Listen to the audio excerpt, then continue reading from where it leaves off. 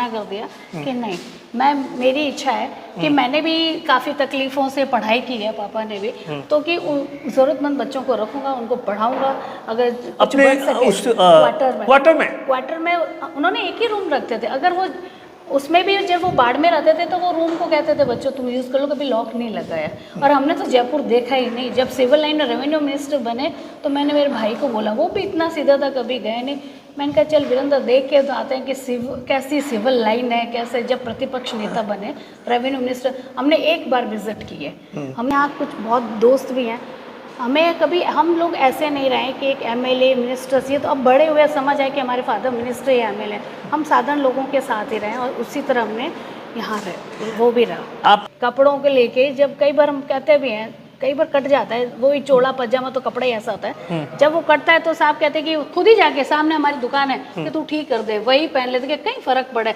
अब रहे जैसे वो कुछ भी सरकारी गाड़ी ड्राइवर नहीं, उनको ड्राइवर वगैरह हैं, जब उनके साथ आते हैं तो क्या पहले उनको बैठ के खाना खिलाता है कि नहीं पहले आप लोग खाओ। और इवन यहाँ तक भी जब हॉस्टल में जयपुर में रेवेन्यू मिनिस्टर थे तो कुछ लड़कों को बोले अच्छा तुम्हारे एग्जाम्स है कल, तो फिर उन्होंने कहते कि अच्छा तुम खाना बना रहे हो, तो खुद बाजरे की रोटी बना के बता, ये कई लोगों ने मुझे बताया। कोई मुझे सर हमारे इवन कंप्यूटर देते थे, अगर किसी बच्चे के पास कंप्यूटर नहीं है तो वो अपने इवन, अब तो कंप्यूटर्स बहुत हो गए, उस समय नए नए आए थे, तो अपना कंप्यूटर देता था कि तुम यूज़ करो, तुम्हें पढ़ना है तो इस तरह का। 6 मई को वीरेंद्र धाम का इनॉग्रेशन है और उससे पहले मैं आपको बताऊंगा मेरे साथ में जो डॉक्टर वीरेंद्र चौधरी, स्वर्गीय वीरेंद्र चौधरी, उनकी बहन है सुनीता, जिन्होंने अपनी भाई की याद में, आप देखिए इतना लंबा चौड़ा आधुनिक हॉस्टल बना दिया है। 86 रूम्स है और इसके साथ में डिजिटल लाइब्रेरी है। 25 करोड़ रुपए की लागत की है। कैसी फैसिलिटीज है, क्यों बनाया गया है और किस तरीके से एडमिशन मिलेगा, इन तमाम चीजों को और कैसा बनाया गया है, सुनीता जी है। नमस्कार सुनीता जी। सुनीता जी, सबसे पहले तो ये बताइए, ये आइडिया कहाँ से आया? इतना हाईटेक, जैसे मैं आया हूँ मुझे लग रहा है कहीं होटल या 5 स्टार होटल में आ गया हूँ। ये कहाँ देखा, ऐसा कहीं देखा पहले, इससे पहले? जी हाँ, हमने अहमदाबाद में सरदार धाम है जो सिर्फ बच्चों की स्टडी के लिए बनाया गया है, वो पटेलों की ट्रस्ट का है। तो उस वहाँ गए और हमने वहाँ देखा, वैसे 5-6 तो हम विजिट कर, पर हमें वो ज़्यादा बहुत बढ़िया लगा और उसी के अनुसार हमने कोशिश की कि हम बनाए। तो यहाँ से हाँ, जैसे ये एंट्रेंस है, जी ये सबसे हाँ जी, ये है हमारा ऑफिस रहेगा, जो भी एप्लीकेशंस वगैरह हैं तो वो यहाँ से दी जाएगी। यहाँ पे हमारे वार्डन वगैरह जो हम रखेंगे उनके लिए है, और दो एंट्रेंस है, इसमें एक उधर है एक इधर है, और ये ऑफिस वाली है, और ये हमारी एक वॉल रहेगी, अभी काम चल रहा है जिसमें हमारा यहाँ लोगो आएगा। अच्छा जी, और यहाँ पे वीरेंद्र की जीवन परिचय जो कल पहुँचने वाला है और वो आएगा। अच्छा, और उसके बाद में यहाँ किस तरीके की रूम की फैसिलिटीज है? ये क्या है, डाइनिंग हॉल है? जी हाँ, ये डाइनिंग हॉल विद किचन है। आप देखिए ये आधुनिक तरीके का डाइनिंग हॉल है जहां पर एक साथ 100 से ज्यादा बच्चे बैठ सकते हैं और उसके लिए तमाम फैसिलिटीज की गई है। टाइमिंग का बहुत बड़ा ध्यान रखा गया है, क्योंकि आप देखिए ये पूरा का पूरा हाईटेक है, ताकि बच्चा ज्यादा से ज्यादा टाइम है वो एजुकेशन पर स्पेंड कर सके यहाँ आने के बाद में। मैडम, ये जो बनाया गया है, इसमें खाने पीने का क्या कुछ अरेंजमेंट किया गया? एक्चुअली दिनेश जी, हमारा 200 स्टूडेंट का अभी है रखने का, तो हमने ये सोचा है कि एक साथ में 120 बच्चे रह पाएँ, उसके हिसाब से ये डाइनिंग सेट किया है। डाइनिंग के साथ में हमने किचन ली है। ये आप देखिए, हमने हर जगह अपना लोगो भी लगाया कि ये सेल्फ सर्विस किचन वगैरह, और बच्चे को यहाँ से यहाँ बैठ के अपना डायरेक्ट सेल्फ सर्विस से ले सके। अच्छा, यहाँ ये सर्विस रखी गई है सारी की सारी? ये सेल्फ सर्विस काउंटर है जिसके अंदर सारी गरम वगैरह जो भी है खाना वगैरह रहेगा, और यहाँ से वो ड्रिंकिंग वाटर वगैरह यहाँ से, अच्छा, पानी वगैरह की फैसिलिटीज यहाँ पे रैक्स हैं जिसके अंदर उसकी थालियाँ वगैरह रहेगी, और बाहर वॉशिंग एरिया है। अच्छा मैम, एक चीज़ बताइए, ये स्वर्गीय वीरेंद्र जो आपकी ब्रदर है, उनका क्या कुछ स्वभाव था बचपन से? आप जब उनके साथ खेलती थी तो किस तरीके से सोच थी, क्या कुछ था मैडम? थोड़ा उनके बारे में ज़रूर बताइए, कैसे उनको एजुकेशन के प्रति, गरीब बच्चों के प्रति उनका क्या कुछ लगाव था? वो खुद ही बहुत इंटेलिजेंट, प्रतिभाशाली छात्र था। हाँ। उसने बीटेक, एमटेक, पीएचडी सब कुछ कर रखी। अच्छा। इवन वो इन्फोसिस से भी उसका टाई अप था, वो वहाँ पे कभी सेमिनार्स में स्पीचेस भी देने जाता था। हाँ। और यहाँ बचपन उसका बाड़मेर में एजुकेशन सारी बाड़मेर हुई है, सिर्फ बीटेक एमटेक वो बाहर करने गया।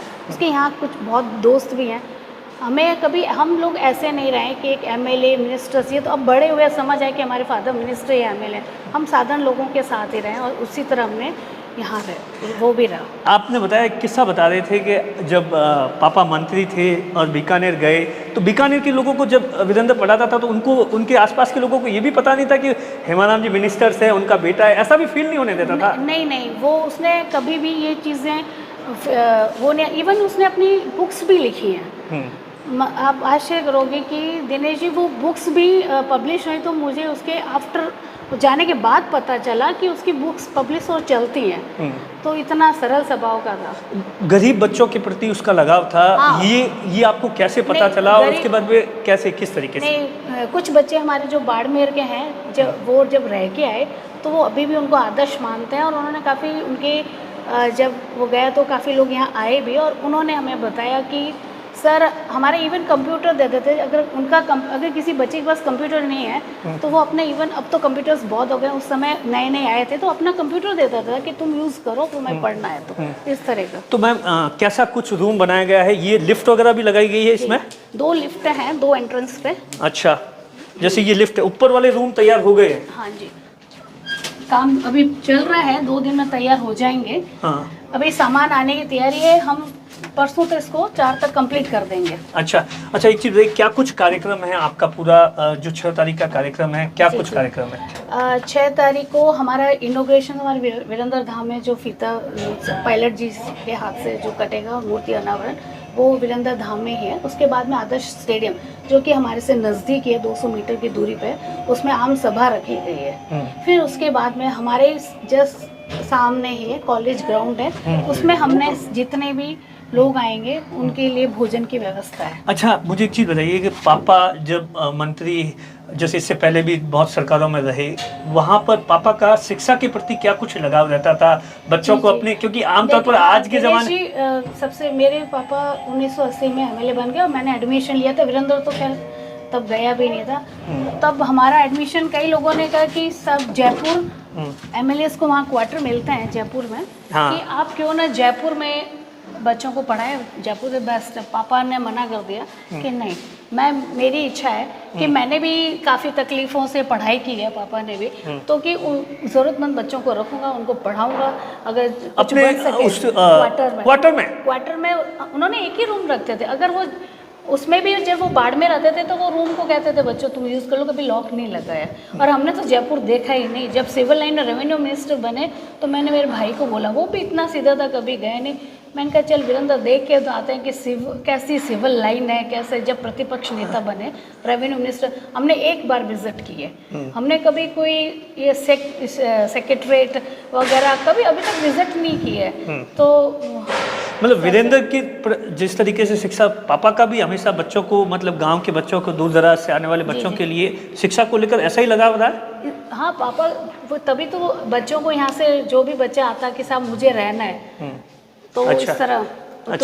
अच्छा मैम, ये जो आपके करीब आप मानो नहीं 200 तक, अभी तक मैंने एक लिस्ट नहीं, 2 इससे ज़्यादा ही होंगे अगर हम कुल मिलाएं, तो बाड़मेर से या वहाँ से तो 250-300 तक बच्चे वहाँ रहे। और जैसे हमारे संगाराम जी साहब, तो मतलब काफ़ी बहुत बड़े बड़े, हमें गर्व भी होता है कि वो इतने उच्च पदों पे पहुँचे। अच्छा, मुझे एक बात बताओ मैम, इस हॉस्टल के अंदर क्या खास बात है? इस जैसे ऐसा है कि कोई लैट्रिन बाथरूम अटैच है या नहीं है? या मैं आपको रूम में विजिट कराती हूँ। हाँ, ये देखिए, ये मैं अपने कैमरामैन से कहूँगा कि वो तस्वीरों में बताए कि ये, जैसे ये रूम देखिए, ये 3 बेड का रूम है जहाँ पर बच्चे के लिए तमाम वो फैसिलिटीज रखी गई है। ये बाथरूम रखा गया है इसके साथ में, जो कि बाथरूम भी हर रूम अटैच्ड है, हर बाथरूम रूम से अटैच्ड है, और कुछ कॉमन भी बनाए गए हैं बीच में, और हर एक फ्लोर पे वाटर कूलर का है,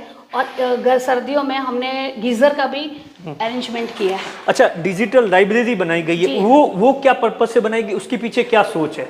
इसके पीछे कि अब जमाना चेंज हो गया है, बुक्स का अब है नहीं, तो इसीलिए ताकि वो बच्चा जब भी कोई चीज़ उसको, जहाँ अपनी प्रिपरेशन कर रहा है किसी की एग्जाम्स की या ऑनलाइन, हाँ, तो वो बैठ के उसमें कर सके। अच्छा, मुझे एक चीज़ बताइए कि ये जो बनाया गया है, इसमें क्या जो जमीन है या बिल्डिंग नहीं, कितना टाइम लगा और किस तरीके से टोटली क्या क्या फैसिलिटी? फादर जब एडवोकेट थे, अब मेरे ख्याल से मेरा तो जन्म के साल मतलब मेरा 74 है, तो 75-6 में उनको ये ज़मीन ले ली उन्होंने। उसके बाद में ज़मीन का हमारा केस भी चला, बीएसएफ ने कब्जे कर लिया, ज़मीन मिल भी गई। उसके बाद में हमने 2015 में हमारा वीरेंद्र का वो हो गया, तो उस समय ऐसे ही रूम बने हुए थे, नॉर्मली बहुत नॉर्मल थे। तो हमने एक शुरुआत की कि अब एक साल भर तो खैर हम दुख से उबर ही नहीं पाए, हमें कुछ सूझा। तो उसके बाद में हमने वीरेंद्र मेमोरियल ट्रस्ट की स्थापना करी 2016 में। फिर उसके अंदर कुछ बच्चों को हमने रखा, उसमें भी 35 बच्चे आज की तारीख में नौकरी लग गए हैं। 35 बच्चे? वो जो यहाँ पहले मैं देखता था हाँ जी पहले जो रूम बने हुए थे जहाँ पर वो पहले से बने हुए थे हमने की, तो फिर हमें उससे और हौसला और अफजाई मतलब मिला कि जब हमारे बच्चे भी बहुत सपोर्ट कर रहे हैं, जब इतने बच्चे निकले तो अच्छी क्यों नहीं फैसले, तो सारे निकले तो हमें खुशी मिलेगी। अच्छा मैम, आज के समय के अंदर बड़े बड़े जितने एमएलए होते हैं, मंत्री होते हैं, उन पर भ्रष्टाचार के आरोप लगते हैं। पापा के बारे में आपने क्या कुछ देखा है? आप उनके पास में करीबी रही है, कैसा उनका व्यवहार है, उनकी जो छवि है 50 साल की, क्या कुछ बातें आपको जिसको लगता है मैं इस बात के लिए इंडिया के अंदर मैं खुद को प्राउड फील करती हूँ? ये तो भगवान की कृपा है कि मैं ऐसे यहाँ बेटी के रूप में जन्म लिया, इससे ज़्यादा तो क्या प्राउड फील, ये तो किस्मत की बात होती है कि उसकी मैं उनकी बेटी हूँ। तो अब उनकी जब बात करें तो वो जो है उनके कपड़ों के लेके, जब कई बार हम कहते भी हैं, कई बार कट जाता है, वो ही चोला पजामा तो कपड़ा ही ऐसा होता है, जब वो कटता है तो साहब कहते हैं कि खुद ही जाके सामने हमारी दुकान है कि तू ठीक कर दे, वही पहन लेते कि कहीं फ़र्क पड़े। अब रहे जैसे वो कुछ भी सरकारी गाड़ी ड्राइवर नहीं, उनको ड्राइवर वगैरह हैं, जब उनके साथ आते हैं तो कहे पहले उनको बैठ के खाना खिलाता है कि नहीं पहले आप लोग खाओ। और इवन यहाँ तक भी जब हॉस्टल में जयपुर में रेवेन्यू मिनिस्टर थे तो कुछ लड़कों को बोले अच्छा तुम्हारे एग्जाम्स है कल, तो फिर उन्होंने कहते कि अच्छा तुम खाना बना रहे हो, तो खुद बाजरे की रोटी बना के बता, ये कई लोगों ने मुझे बताया। कोई मुझे किस्सा बता रहा था कि साहब पैसे भी नहीं रखते, कहीं पैसे भी आप नहीं, ये दिनेश जी एकदम हकीकत है, कोई माने या नहीं माने। साहब के जेब में आज भी 1 रुपया आपको नहीं मिलेगा। वो कभी अपने हाथ में कभी जेब में 1 पैसा नहीं रखता, उनका पैसा उनके जो गनमैन वो रखते हैं, जैसे वो उतरते कि साहब यहाँ पैसे देने हैं। वो भी मदर आपको देती होगी? मेरी मदर सारा मदर हिस्सा रखती है, और पीएस और मेरे पापा ये सब इतने हैं कि वो अपने साहब के जो भी हैं तनख्वाह जो भी खाता आता है उनमें से लेके वो ले लेते हैं। साहब पैसों के हाथ नहीं लगाते हैं। अच्छा, अभी 6 तारीख को जो प्लानिंग है उसके लिए यहाँ सब कुछ तैयारी पूरा तैयार हो गया है हॉस्टल, और ये इसके लिए क्या कुछ 86 रूम है, इसमें हर एक अटैच लेट बाथ। अच्छा, ये जैसे ये रूम है जी, इसके अंदर ये अलमारी भी रखी गई है। जी आप देखिए ये अलग अलग, जो जैसे ये 2 बच्चे बैठेंगे उनके लिए दोनों से लिए अलग सेपरेट अलमारी है, ये एक सेपरेट लॉक दिया गया है और दूसरा ये सेपरेट लॉक दिया गया है, और उसके साथ में ये जो टेबल रखी गई है ताकि बच्चे को यहीं पर सारी कुछ लैंप वगैरह भी मिलेंगे। ये जो एक तमाम तरीके से आज ये देखिए ये बाकायदा बाथरूम है और आधुनिक तरीके से। दरअसल आप देखिए जोधपुर नहीं, जयपुर अहमदाबाद के अंदर आप अगर जो महीने के 20 से 25 से 30 हज़ार रुपये अगर खर्चा करते हैं तब जाकर आपके बच्चों को इस तरीके की फैसिलिटी मिलती है। लेकिन अब वही गरीब बाड़मेर के दूर दराज के इलाकों के गरीब बच्चों को सारी सुविधा वीरेंद्र धाम में 6 मई के बाद में निःशुल्क में मिलेगी। कैमरे के पीछे अशोक है, मैं आपका साथी दिनेश बोहरा।